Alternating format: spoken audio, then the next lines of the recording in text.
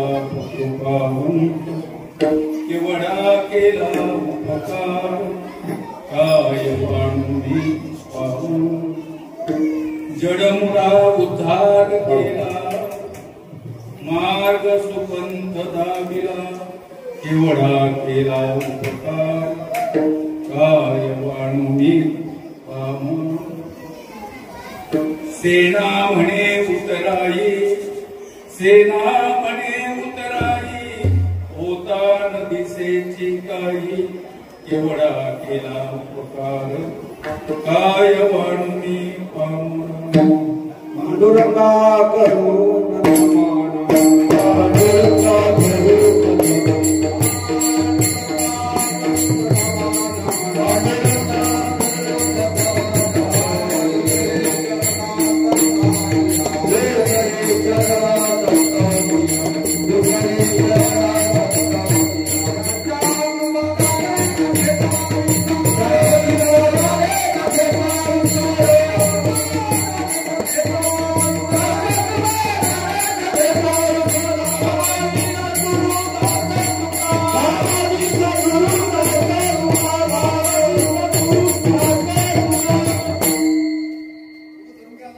पांडुरंगा करू प्रथम नमन दुसरे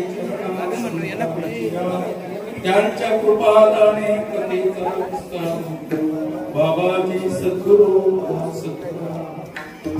लोकाभिरामं रणरंगधीरं राजीवनेत्रं रघुवंशनाथं कारुण्यरूपं करुणाकरन्तं श्रीरामचन्द्रं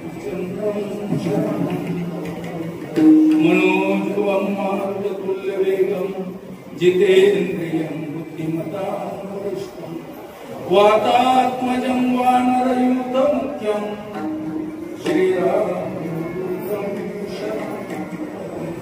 गुरुर्ब्रह्मा गुरुर्विष्णु गुरुर्देवो महेश्वरः गुरुर्साक्षात् परब्रह्म तस्मै श्री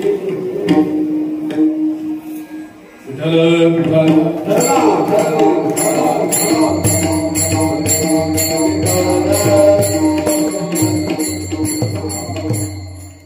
नमो ज्ञानेश्वरा नमो ज्ञानेश्वरा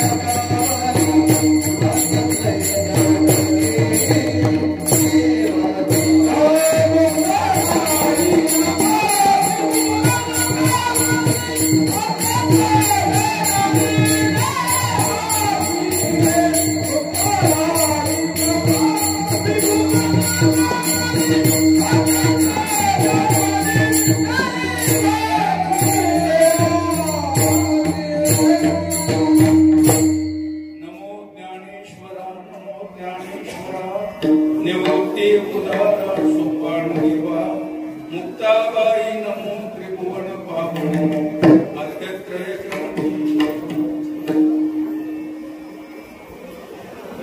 उदार तुम्ही संत माय बाप कृपावंत केवढा केला उपकार काय वाणुनी प्रस्तुत कीर्तन रूपी सेवे करता निवडलेला अभंग वारकरी संप्रदायाचे सेना महाराज म्हणून होते. नाभिक समाजामध्ये एक फार मोठे संत होऊन गेले. त्यांचं नाव आहे सेना महाराज आणि त्या सेना महाराजांचा हा अभंग असून या अभंगातून सेना महाराज संतांचं संतांचं दातृत्व वर्णन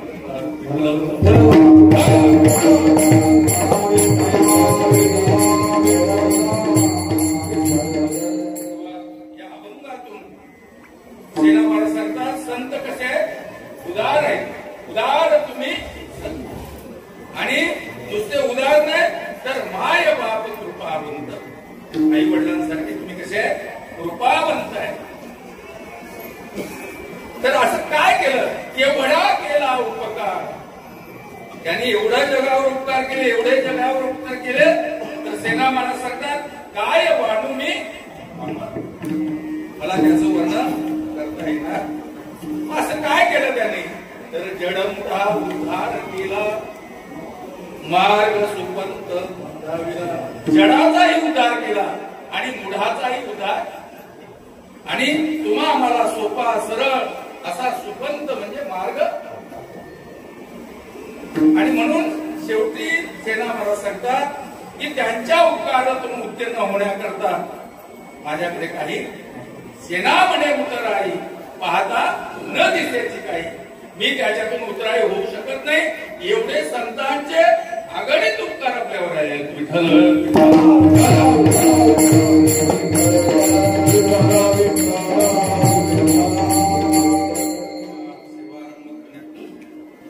आपण आज कशा निमित्ताने या ठिकाणी आलेलो आहोत, वारकरी संप्रदाय आमने लोणार परिसरातून आलेल्या आजच्या पालखीचा मुक्काम कोलके आणि या श्री विठ्ठल रखुमाई मंदिरामध्ये आपण आलेले असताना आणि नेमाची ही कीर्तनाची सेवा माझ्यासारख्या कामराकडे सुपूर्द केलेली आहे. कारण हा निर्णय काही माझा, हा निर्णय कमिटीचा असो, पालखी सोहळा कमिटी ज्याला सेवा देईल, वास्तविक सेवा किरण महाराजांकडे सुपूर्द केली होती. त्यांनी सांगितलं मी आजच आलोय, त्यामुळे मी काय करू शकत, ही सेवा मी आनंदीपर्यंत निश्चित राहतो. कारण काही लोकांना आता बरेच कीर्तनकार असल्यामुळे ही सेवा त्यांनी करावी, आपली सेवा तिथे आहेच आणि प्रत्येकाला मिळाली पाहिजे, हा आपला उद्देश आहे. परंतु आपल्या मनाने चालत माऊलीची किंवा देवाची इच्छा असावी लागते.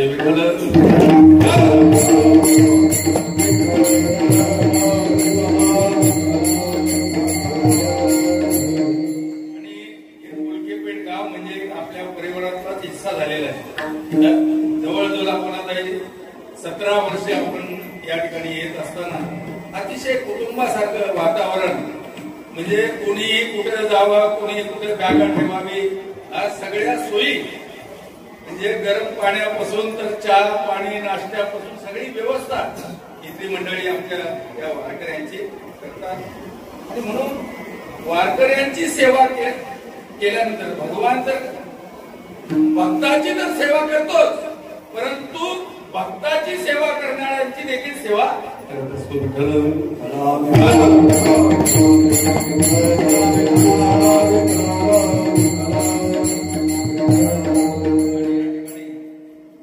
स्वर्गीय दत्तू कानू सुरते आणि स्वर्गीय काळूबाई दत्तू सुरते आणि यांचा हा संपूर्ण परिवार, बाळारामदादा असते, गणेश दादा असते, सगळे त्यांचे बंधू आणि त्यांना मार्गदर्शन करणारे आमचे विष्णुदादा अमरुळकर हे सातत्याने त्यांना मार्गदर्शन करतात. आणि त्यामुळे अनेक दिंड्या या ठिकाणी पण वस्तीला म्हणा किंवा दुपारच्या वेळेला अशा प्रकारे असतात आणि सगळ्यांची सेवा हे सुरते परिवार आणि ग्रामस्थ मंडळ कोणत्यापैकी करत असतात. तेव्हा द्यावी तेवढी धन्यता त्यांना. कारण तुका म्हणे संत सेवा हेची देवा, अशा प्रकारे देवापेक्षाही साधूची सेवा, वैष्णवांची सेवा ही देवाला प्रिय होते.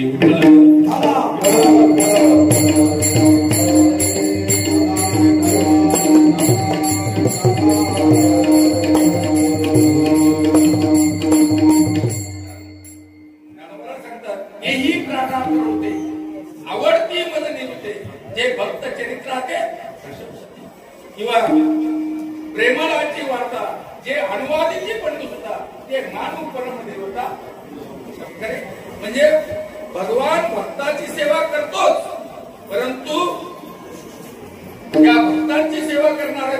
सेवा करत असतो आणि या अभंगामध्ये तोच विषय आलेला आहे विठ्ठल.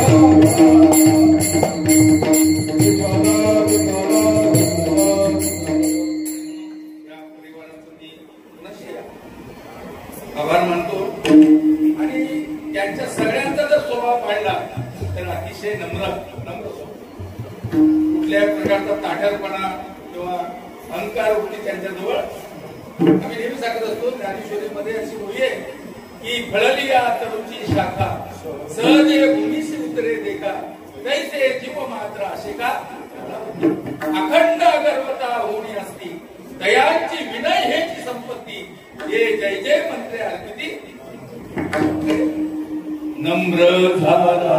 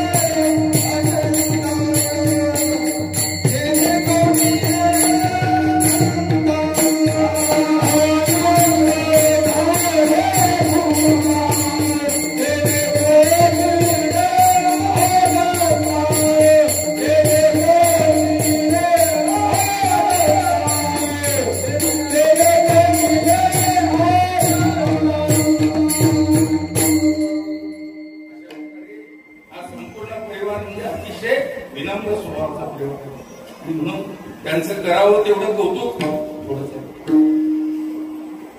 आणि म्हणून या ठिकाणी सगळ्यांच्या राहण्याची व्यवस्था भोजनाची व्यवस्था हा परिवार करत असतो आणि सगळ्यांचा संबंध त्यांच्याशी आपल्या घरच्यासारखा आणि असा संबंध टिकून राहो आणि अशी सेवा वारकऱ्यांची घडत राहो ही प्रार्थना श्रोते परिवार करतो.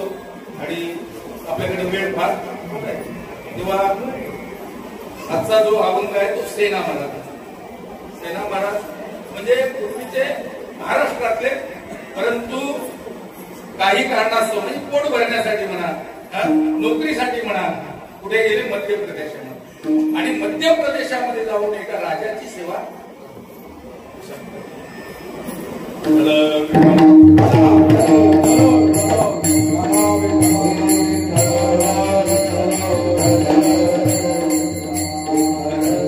समाजामध्ये संत निर्माण झालेले एकही असा समाज नाही की ज्या समाजामध्ये संत निर्माण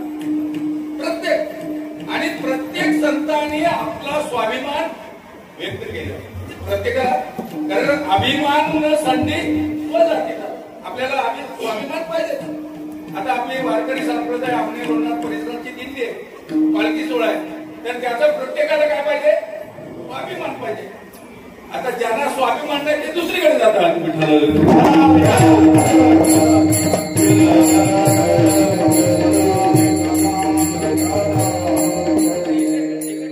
पालखी सोहळा म्हणजे समृद्ध पालखी सोहळा आहे. कुठल्याही प्रकारची उणीव यामध्ये नाही तरी देखील माणसाला मान सन्मान याची अपेक्षा करतात. आता तो सन्मान इथे मिळत नसेल म्हणून काही माणसं जातात. तेव्हा असो या ठिकाणी प्रत्येक समाजामध्ये संत निर्माण झालेला आहे आणि त्याने आपल्या जातीचा उल्लेख त्याच्यामध्ये तुकाराम महाराजांचा आपण जर विचार केला बरे देवा कुणबी झालो नाही तरी गंभीर असतो मेलो अशा प्रकारे म्हणजे कुणबी म्हणजे हा जातीवाचक शब्द त्याने आणलाच.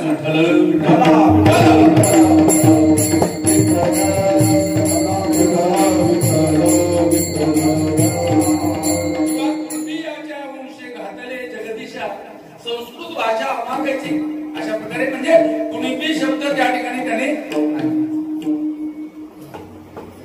ज्ञानेश्वर महाराज हे ब्राह्मण समाज चोखोबा हे महार समाज लतीफ मुमीन हे सगळे मुसलमान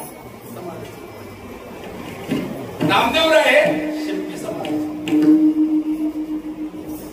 म्हणजे अनेक संतांच्या जर बाबतीत विचार केला तर प्रत्येक समाजामध्ये संत जन्माला. आता आपल्या आगरी समाजाचा जर आपण विचार केला तर संत सावळाराव महाराज आगरी समाजाचे. कोळी समाजाचा जर विचार केला तर आपले शंकर बाबा शाळकर हे कोळी समाज. म्हणजे प्रत्येक समाजामध्ये एक ना एक संत निर्माण झालेले. परंतु संत हा समाजापुरता मर्यादित. कारण त्यांचं काळ याचा जर विचार केला तर अवतार तुम्हा धराया उद्धराया जन. अशा प्रकारे ते संत समाजापुरते मर्यादित राहत. कारण सगळा समाज हा त्यांचा समाज असतो. विठ्ठल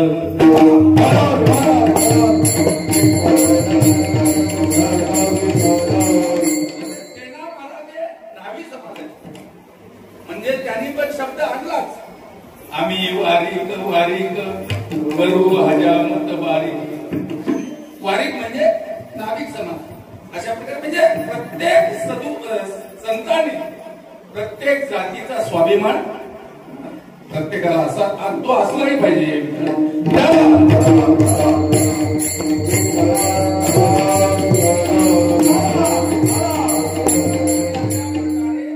मध्य प्रदेशामध्ये आणि ते नोकरी करत असताना राजाच्या पदरी नोकरी होती. परंतु त्याच्या वडिलांनी सेना महाराजांच्या वडिलांनी मरते वेळी म्हणजे प्राण जाते वेळी त्यांना एक संदेश दिला की सध्याचा देव कुठे आहे महाराष्ट्रामध्ये म्हणजे पंढरपूरला आहे. आणि त्यांचं जाऊन एकदा तरी दर्शन. कार्य व्यापारामुळे मला काही जाता आलं नाही पण तू एकदा तरी इथे जा आणि त्याचं दर्शन घे. आणि पंढरपूरला गेल्यानंतर आळंदी क्षेत्रामध्ये जा. तिथे माझे मित्र विठ्ठल पंत यांची 4 मुलं आहेत. आणि ती 4 मुलं अतिशय विद्वान आहेत. संत म्हणजे संत आहेत. अशा प्रकारे अधिकार संपन्न आहेत. तेव्हा त्यांचं जाऊन तू काय घे. आणि मग अशा प्रकारे नोकरी करत असताना काय झालं तर एक दिवशी काही 4-5 वारकरी आले होते. आणि वारकरी आल्यानंतर सेना महाराजांचा नित्यनेम होता की वारकरी आल्यानंतर त्यांना घरी बोलवायचे. त्यांना म्हणजे त्यांची दाढी दुखी करायची. त्यांना स्नान घालायचं. त्यांना भोजन घालायचं. यथा दक्षिणा देऊन त्यांना वाटेला असा नियम होता त्यांना. आणि मग एक दिवशी काय झाले 4-5 वारकरी आले. आणि वारकरी आल्यानंतर सेना महाराज त्यांची सेवा करू लागले. आणि तेवढ्यात राजाला लहर आली. राजाला कधी लहर येईल हे सांगता येत नाही. आणि मग राजाला लहर आली की जा रे. सेवकाला सांगितलं जा सेनाला बोलून आण मला दाढी करायची. आणि अशा प्रकारे सेवक सेनाच्या घरी आलेला आहे. आणि सेना महाराज सेवा करण्यामध्ये दंग असताना इकडे बायकोला सांगितलं की राजाला दाढी करायचे सेनाला लवकर पाठवून. बायकोने काय सांगितलं 4-5 वारकरी आलेले आहेत त्यांची दाढी झाली म्हणजे पाठवून. आणि असं ज्या वेळेला ती बाई बोलल्यानंतर तो सेवक जाऊन तिथे राजाला सांगितलं की सेना खूप चढलेला दिसतो ना. सेनाच्या बायकोने सांगितलं की 4-5 वारकरी आलेले आहेत त्यांची दाढी झाली म्हणजे त्याला प्रत्येकाचं वर्चस्व सगळ्यांना सहन होतं असं नाही. आणि मग त्यांनी एकाने सांगितलं राजाज्ञेचं उल्लंघन करतो या सेनाला फाशीवर द्या. असं म्हटल्यानंतर देवाच्या डोळ्यातून असूच्या धारा. कारण भक्तावर आलेलं संकट देवाला पाहावं. आणि लगेच भगवंतांनी काय केलं सेना महाराजांच्या रूपामध्ये घरातून धोती घेतली. म्हणजे राजाची धोती वेगळीच होती ती सर्वसामान्यांना वापरत. आणि ती धोती घेतली आणि राजाच्या दरबारामध्ये आणि राजाला नमस्कार केला. आणि सांगितलं राजेसाहेब एवढा वेळ माफ करा येण्यास थोडा उशीर. कोण गेलेले भगवान सेनाच्या रूपामध्ये. म्हणजे भगवान भक्ताची सेवा करतो याच्यात नवल नाही, पण भक्तांनी केलेल्या भक्ताची पण तो सेवा करतो अशा प्रकारे. आणि म्हणून मग त्या ठिकाणी भगवान त्या ठिकाणी दाढी बनवायला, आणि दाढी बनवत असतात. देवाचा हात लागल्यानंतर काय ना, देवाचा हात आणि जगन्नाथ अशा प्रकारे त्या म्हणजे राजाला अतिशय आनंद वाटतो. आणि मग त्या पूर्वीच्या काळी काय विष्णूबाबा काय स्प्रे वगैरे नव्हते, वाटी होती, वाटी. आरसे पण त्यावेळेला आरसे असे फिट केलेले आरसे नव्हते, फक्त दाखवायचं असं. मग त्या वाटीमध्ये इकडे पाहायचं तर त्याला सेना दिसायचा, आणि वाटीमध्ये पाहायचं तर हरी दिसायचं. काय बोलतो रूप पाहता दर्पणी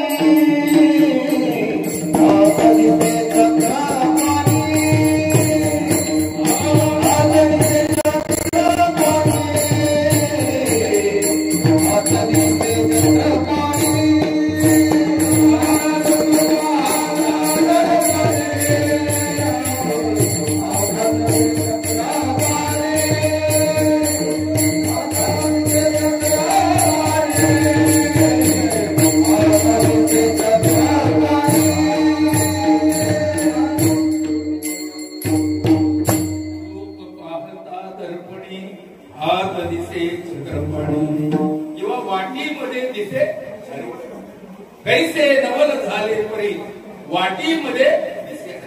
म्हणजे इकडे पाहतो सेना दिसायचा, आणि वाटीत पाहतो तर हरी दिसायचा. आरशात पाहिल्यानंतर चक्रपाणी दिसायचा. राजा पागल झाला. त्या भगवंताचं रूप पाहिल्यानंतर कोण पागल होणार नाही ना, अशा प्रकारची अवस्था झाली. आणि भगवान परमात्म्याने त्याची दाढी केस काय असेल ती सेवा केली. आणि सेवा केल्यानंतर भगवंताने सांगितलं की मला अजून अर्धा तास आहे, काय असेल तर मॉलिश बिलिश करून तेव्हा. आणि मग राजाने न सांगता भगवान तिची मॉलिश करू. मॉलिश करताना राजाच्या अंगावर काही कोड होती, त्याला म्हणजे अशी उष्णता होती.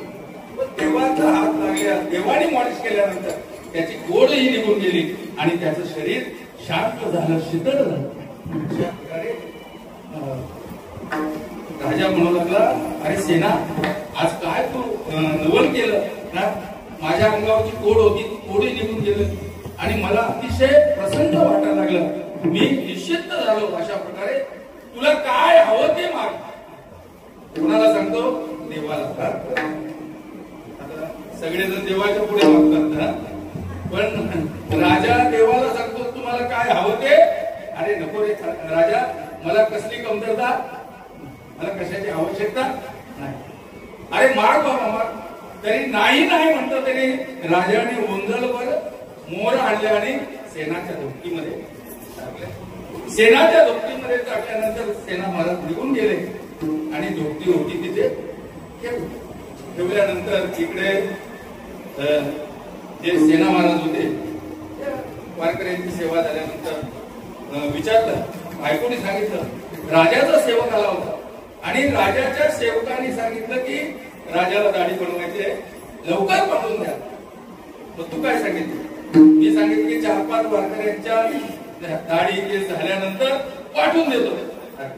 आधीच तो राजा रागीट आहे, आणि आता कामावर मला ठेवणार, काय केलं तू? आणि तसंच सेना महाराज लगेच त्याच्या दरबारामध्ये धोती घेऊन गेले, आणि गेल्यानंतर आपण नमस्कार केला, आणि राजेसाहेब एवढ्या वेळ गरीबाला क्षमा करा, मला यायला फार उशीर. तेव्हा राजा म्हणाला, अरे आत्ताच तू येऊन गेला. आणि सेना महाराज सांगतात, मी आलोच. खरंच राजेसाहेब मी आलोच नाही. अरे आत्ताच तर तू येऊन गेला, बघ तुझ्या धोक्तीमध्ये मी नाही नाही म्हणत असताना ओंजळवर मोराची त्याच्यामध्ये. आणि सेना महाराजांनी त्यावेळेला धोक्ती उधळून पाहिली त्या सोन्याच्या. सेना महाराजांच्या डोळ्यातून मी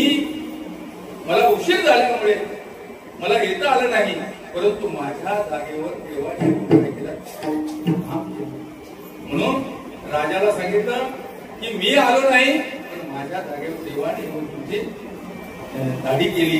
तेव्हा राजेसाहेब आजपासून माझा सेवेचा काय, कारण माझ्याकरता जर देवाला यावं लागतं ना, तर मी आजपासून माणसाची सेवा करणार नाही. मी सेवा करीन तर देवाची सेवा करीन आणि संतांची सेवा करीन. असं म्हणून जे सेना महाराज पंढरपूरला आले, महाराष्ट्रात आले,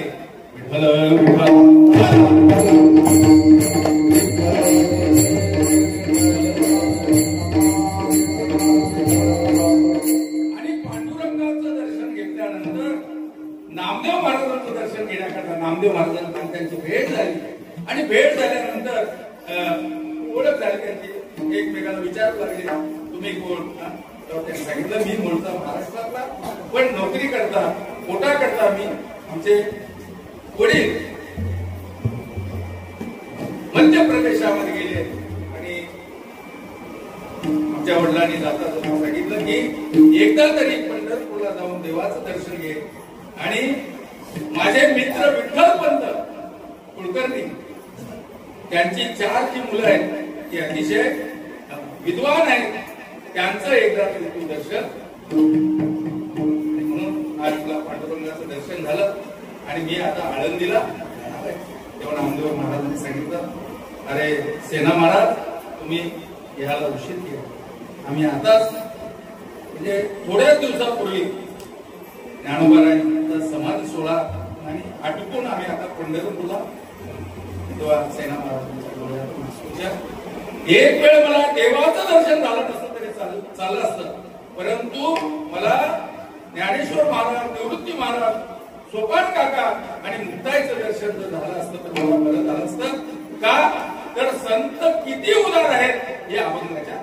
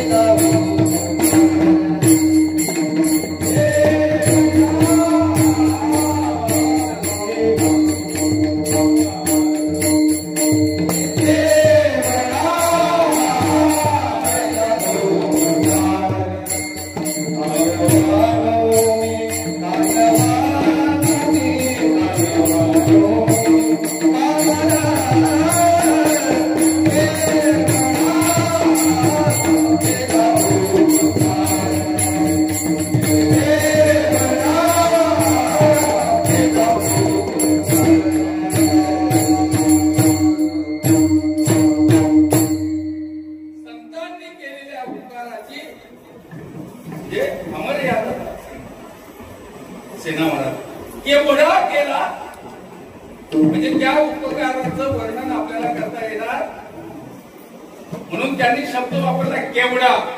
एवढा नाही, एवढा शब्द म्हटलं की तो संकोचित येतो.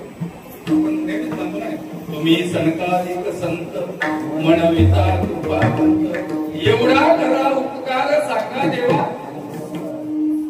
तुम्ही देवाकडे चाललेले आहेत तर एवढा उपकार करा की माझा नमस्कार देवाला म्हणजे एवढा, फक्त नमस्कार सांगण्यापुरता एवढा, त्याला एवढा शब्द म्हणतात. परंतु केवढा म्हणजे अमर्याद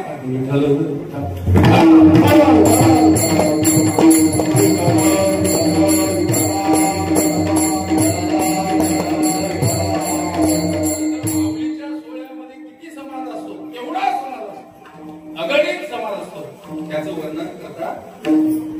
आणि संतांच्या उपकाराचं वर्णन करता येत. केले उपकार सांगू,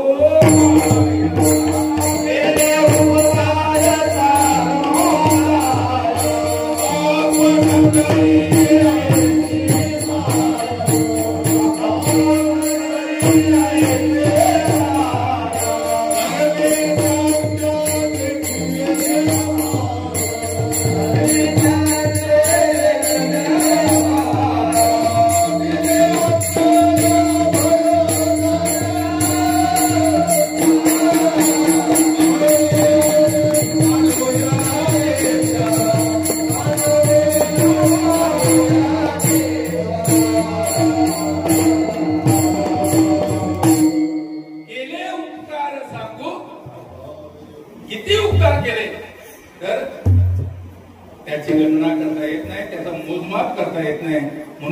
एवढा शब्द वापरला. काही वस्तू ज्या भगवंताने निर्माण केल्या त्या उपकारासाठी रवी चंद्र घना वृक्ष नदी गावश्य सज्जना एतत् परोपकारार्थ देवे युगेन. रवी रवी हा कशा करताय? रवी म्हणजे सूर्य, हा उपकारा करताय. सूर्याचं बिल कोणी भरतं का? लाईटचं बिल आलं की आपल्याला 3,500, 4,000, 5,000 एसी चालवले जातात. परंतु सूर्याने आजपर्यंत बिल घेतलेलं, कारण देवानी निर्मिती याच करतात. रवी जगाचे अंधत्व फेडितून श्रेयचे राहुले उघडीतून निघे जैसा भास्वतू प्रदक्षिण. सूर्य ज्या वेळेला प्रदक्षिणेला निघतो त्यावेळेला सगळीकडे म्हणजे प्रकाशच जातो. अशा प्रकारचे सूर्याचे अनंत उपकार. सूर्य हा जगाच्या उपकारासाठी. रवी चंद्र, चंद्र हा काय करतो? शीतळता देतो म्हणजे उपकार करतो. घना म्हणजे पाऊस, हा देखील हे सगळे उपकाराकरता निर्माण. रवी चंद्र घना वृक्ष, वृक्ष हे देखील आता वृक्ष राहिलेच नाही, सगळे तोडातोडी. बघा ना, वृक्षाचं जर आपण जीवन पाहिलं तर जलन खाती जळा वृक्ष आपुलिया फळ भोगता तो निराळा तेने गोडी. वृक्ष आपलं फळ स्वतः खात, पाणी आपलं पाणी स्वतः पीत, हे सगळं उपकार करतात. रवी चंद्र घना वृक्ष, नदी नदी ही देखील उपकार करतात. ज्ञानोबा सांगतात की का फेडी तपापता भोगीत तिरीचे पादप समुद्र जाय आप गंगेचे. म्हणजे दोन्ही बाजूला असलेली झाडं फुडं ही सगळी प्रफुल्लित करीत जाते. कोण? नदी. नदी गावश्य म्हणजे गाय ही देखील उपकारी. वाळलेलं गवत खातं आणि तुम्हाला अमृतासारखं. गायीचे किती उपकार आहे.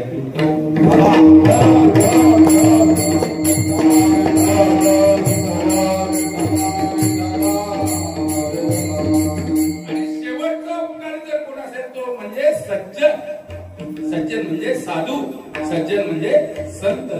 त्यांच्या एवढा उपकार या जगामध्ये दुसरा कोणी करू शकत नाही. म्हणून केवढा केला उपकार काय वाणू मी पामर.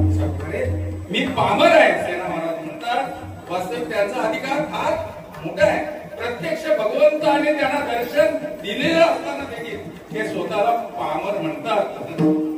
अजून आपल्या तर स्वप्नात पण ते वाढलेलं नाही. पण आपण काय स्वतःला पामर म्हणून घे. मी कोणीतरी एक विद्वान आहे, चांगला कीर्तनकार आहे, वाजवणार आहे, गाणार आहे, अशा प्रकारे. परंतु सेना ज्यांचा अधिकार मोठा असतो त्यांची नम्रता जास्त असते.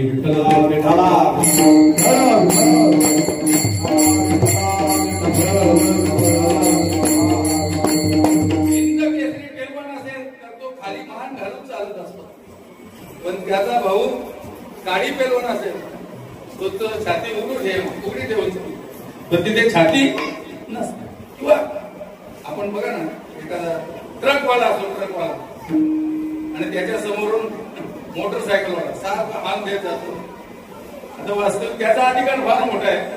एक थोडासा तरी धक्का लावला तर पुढे जाईल, पण तरी तो त्याला काय देतो? भाऊ तुझा अधिकार. अशा प्रकारे म्हणजे ज्याचा अधिकार मोठा असतो त्याच्या ठिकाणी नम्रता.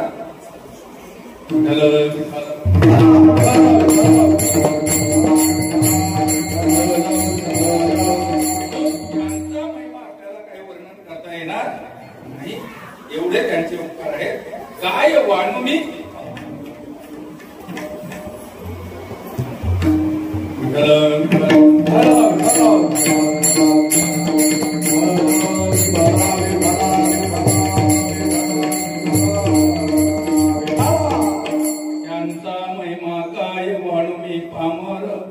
नकळे साचार ब्रह्मा. किंवा त्यांचा महिमा काय वाणू वारंवार हरिभक्त थोर. अशा प्रकारे त्यांचा महिमा मला वर्णन करता येणार नाही. मी कोण आहे? पामर आहे. तेवढा अधिकार माझा नाही. मग एवढं संतांच्या ठिकाणी काय? तर संत हे किती उदार आहेत या बघण्याच्या. उदार तो मी संत तुम्ही संत उदार तुम्ही संत उदार तुम्ही संत उदार तुम्ही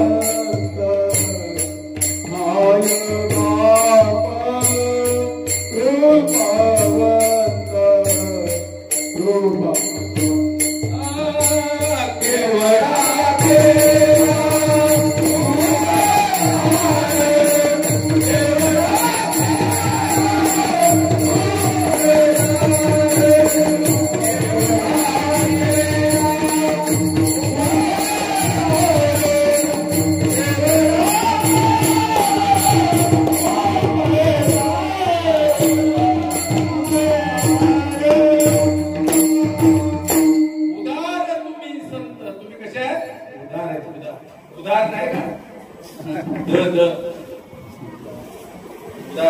संतांच्या एवढा या जगामध्ये दुसरा कोणी देवही उदार आहे.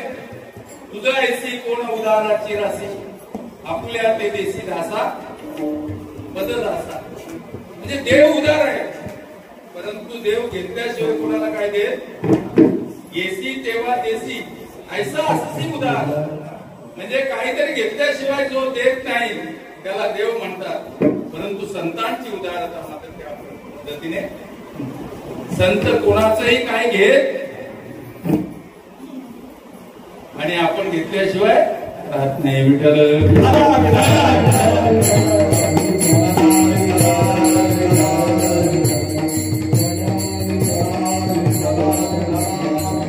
संतांची एवढी उदारता या जगामध्ये दुसऱ्या कोणाची अनेक प्रमाण आपल्याला संत उदार उदार वरळे आनंद भांडार किंवा या संता परिस उदार या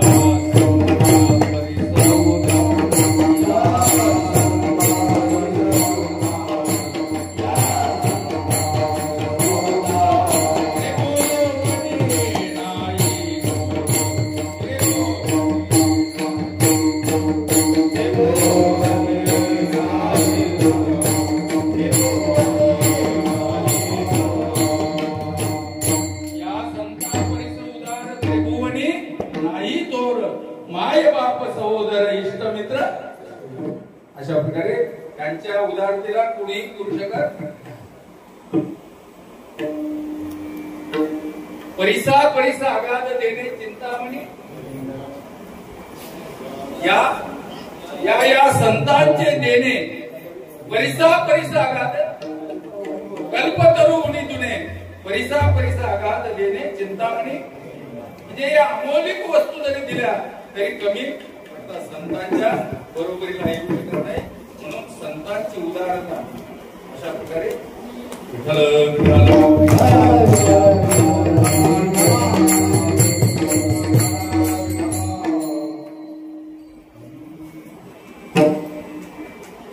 उदार तुम्ही संत माय बाप तुम्ही कसे आहेत संत एके ठिकाणी म्हणले तुम्ही संत माय बाप कृपावंत कायमी पतित कीर्तिवान अवतार तुम्हा धराया कारण रुद्राया या ठिकाणी तुकाराम महाराजांनी आणि माय बाप तो अशा प्रकारे तुम्ही कृपावंत माय बापात आणि काय वाढू मी असं काय केलं सेना महाराज तर जडाचाही उद्धार केला आणि मुलाचाही जड जीवा उद्धार केला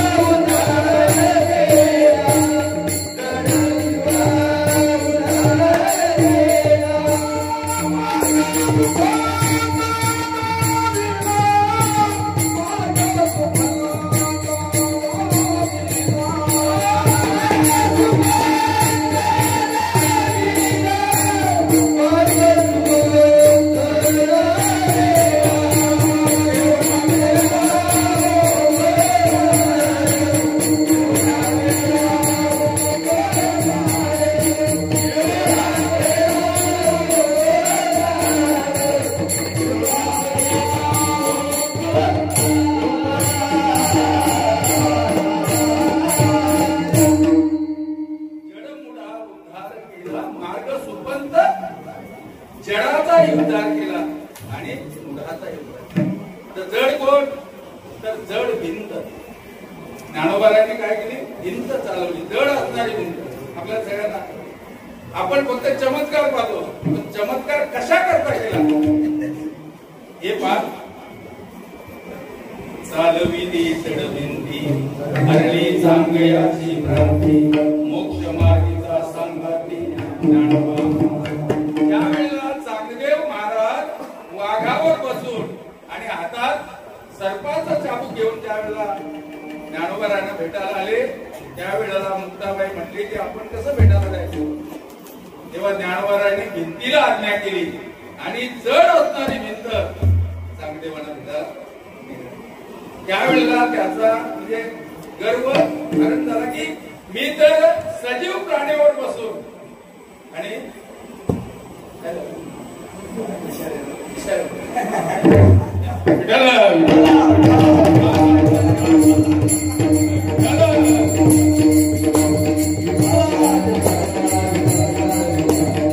ज्ञानोबारांनी चमत्कार म्हणून भिंत चालवली नाही. नाहीतर त्यांना भरपूर पैसे जमा करता आले. रोज भिंत फिरवली असते इकडं तिकडं आणि रेड्यावर बसून रेड्या पण बोलायला लागला असता. परंतु त्याच्या मागे कारण काय रेड्यामुखी शांती रूपे प्रगटाला कशा करता बोलवलं हे सगळ्यांना आपल्याला सांगितलं. वारकऱ्यांना सगळा इतिहास माहित आहे. म्हणून जडाचाही उद्धार केला आणि मुढाचाही. आणि तुमच्या आमच्यासारखे किती रेडे त्याने बोलायला अशा प्रकारे म्हणजे संतांचे आपल्यावर गणित असे उपकार आहेत की ज्या उपकाराचं वर्णन आपल्याला करता येणार नाही आणि त्याच्यातून उत्तीर्ण होण्याचा जरी प्रयत्न केला तरी उतराई उतराई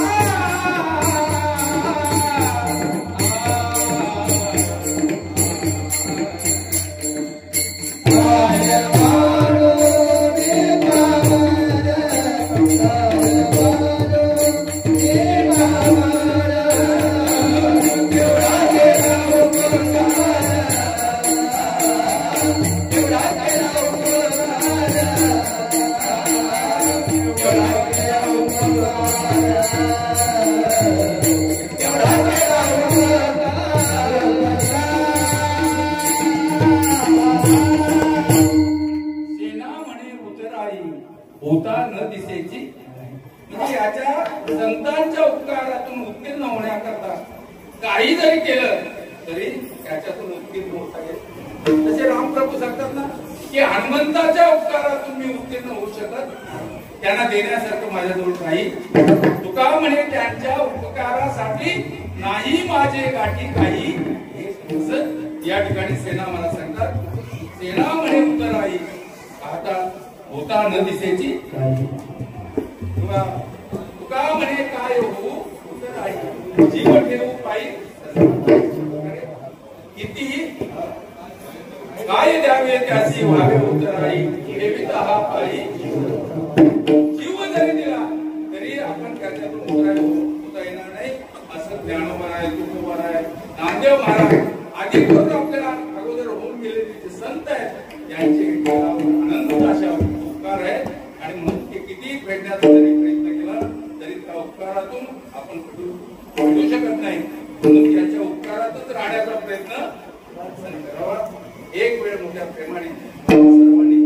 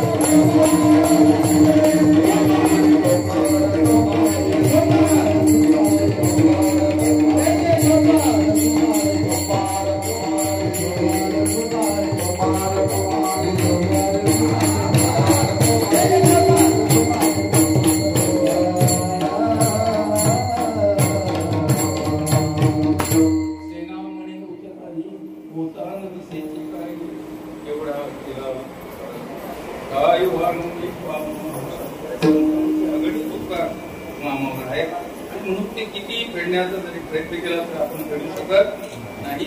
त्यांच्या उपकारातच राहण्याचा प्रयत्न करावा. ज्ञानेश्वरी सारखा ग्रंथ ज्ञानोबरायांनी निर्माण केला. गाथ्यासारखा ग्रंथ तुकाराम महाराजांनी, भागवत एकनाथ महाराजांनी अशा प्रकारे ही ग्रंथ संपदा तुमच्या आमच्याकरता निर्माण करून ठेवली. आणि तुम्हाला संसारामध्ये असताना देखील जी काही अडचण असेल आपण त्याचं जर वाचन केलं तर आपल्याला निश्चित त्याच्यातून मार्ग मिळाल्याशिवाय अशा संतांच्या आपल्याला ज्ञानोबराय जाऊन जरी 700 वर्ष झालेले असले तरी ज्ञानोबरायांचे समाजावर अनंत अशा प्रकारचे उपकार आहेत. आणि म्हणून आज आपण त्यांच्या समाधी सोहळ्यासाठी जात असताना आणि आजची ही दुसऱ्या दिवसाची या ठिकाणी कोणते पेढीत आलेला असताना माझ्याकडे सेवा ज्या आदरणीय लक्ष्मण महाराज आणि सर्व आपल्या पालखी सोहळ्याचे भेट असतील त्यांनी माझ्याकडे सेवा.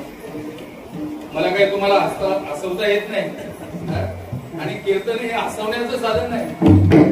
हसण्यासाठी हास्य जत्रा आहे, कॉमेडी एक्सप्रेस बऱ्याच आहेत. कीर्तन हे परिवर्तनाचं साधन आहे. आपल्यामध्ये काहीतरी बदल झाला नाही तर आपण नुसती कीर्तन ऐकतो आणि तिथं झटकून देतो.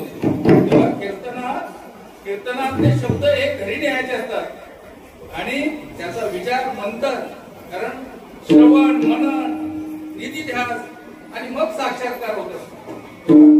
या ठिकाणी संतांच्या उपकारातून उत्तीर्ण होण्यासाठी आपण काय केलं पाहिजे, वारीला गेलं पाहिजे. वारी करत असताना ज्ञानोबा आहे, तुकोबा आहे अशा प्रकारचं भजन त्या ठिकाणी सातत्याने करावं. आपापली सेवा सगळी मंडळी चांगल्या प्रकारे करतात. आतापर्यंत तरी 2 दिवस चांगल्या प्रकारे सेवा झालेली. आणि विष्णू बाबा काल जवळजवळ आमच्या पालखी सोहळ्याला 21 नाश्ते होते. 21 ठिकाणी किती खाल्ला असेल म्हणजे 21 नाश्ते आणि 2 वेळचं जेवण. ते पण काही ठिकाणी लस्सी, वडे, समोसे,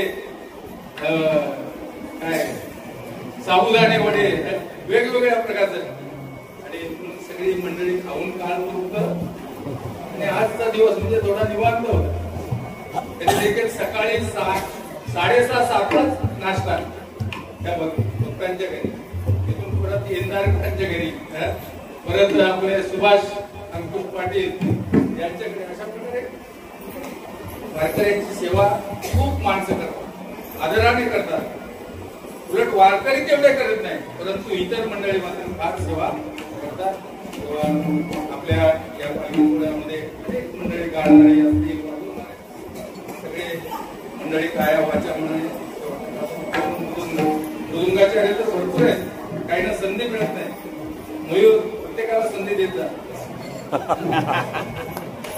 2 मयूर आहेत येत नाही, तुम्हाला घाबरतात.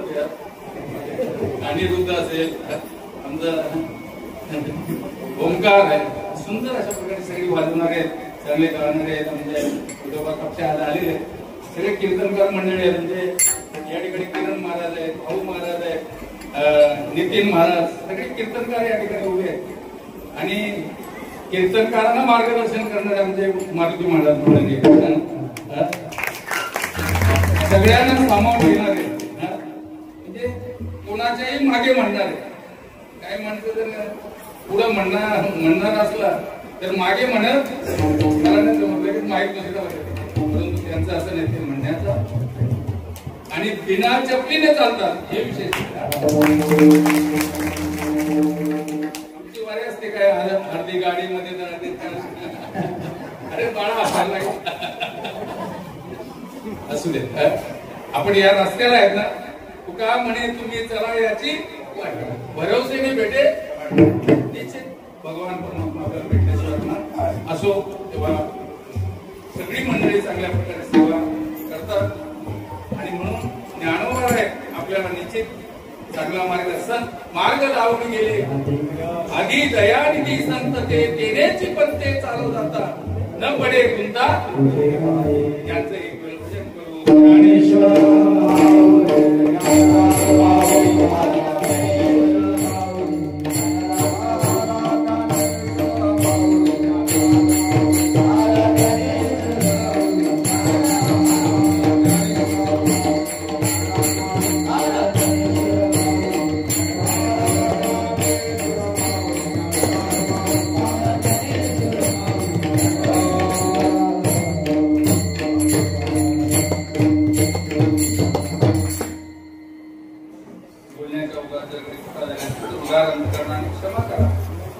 जीवनामध्ये एकच करा, आईला देव माना, वडिलांना देव माना, सत्य बोला, धर्माने वागा, परमात्मा निश्चित कल्याण केल्याशिवाय राहणार नाही.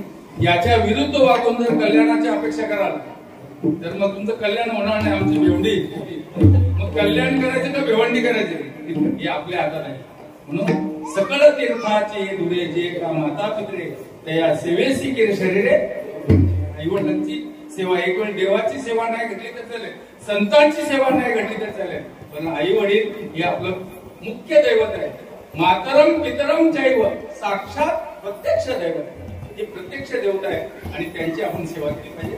असो भरपूर सांगण्यासाठी वेळ आपल्याकडे कमी आणि आम्हाला इशारे करणारे भरपूर आहेत. वेळ कसं 10 मिनिटं मी जास्त घेतली, मला क्षमा करावी. या ठिकाणी आमच्या सर्वांची व्यवस्था किंवा तुका म्हणे जपा मंत्र ते अक्षरे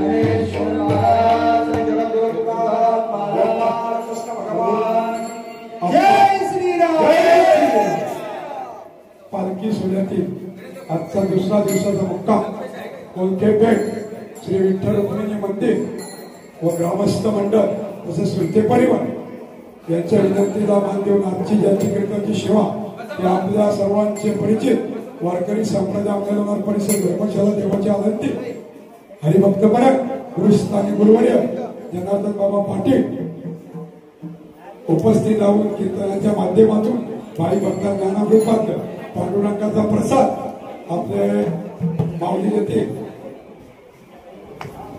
कवरदे हरी विठ्ठल श्री ज्ञानदेव राम पंढरीनाथ भगवान की जय माऊली ज्ञान कीर्तन सर्वांना करता समस्त ग्रामस्थ पंचकोशी वाईट मंडळी